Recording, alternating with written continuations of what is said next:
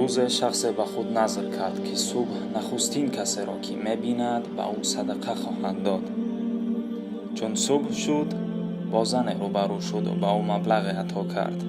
Мардум гуфтанд, ки он зан фоҳиша аст. баъдан ба марде рӯбарӯ шуда ба ӯ садақа дод.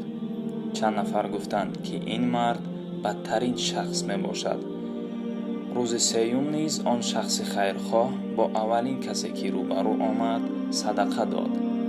пас аз муддате маълум шуд, ки ин шахси садақа гирифта бисёр сарватманд будааст. марди садақадиҳанда хеле озурдахотир шуд. дар хоб дид, ки худованди мутаол ҳар се садақаашро қабул кардааст.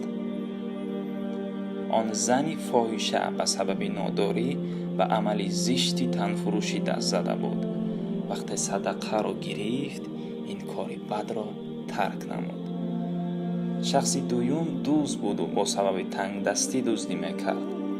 аз баракати садақаи он марди хайрхоҳ аз дӯстӣ тавба намуд ва даст кашид. шахси сеюм сарватманд буду ҳеҷ гоҳ садақа намекард. ӯ аз садақа додани он марди сахӣ ибрат гирифта эҳсонкориро пеша намуд. ин аст фазоили садақот.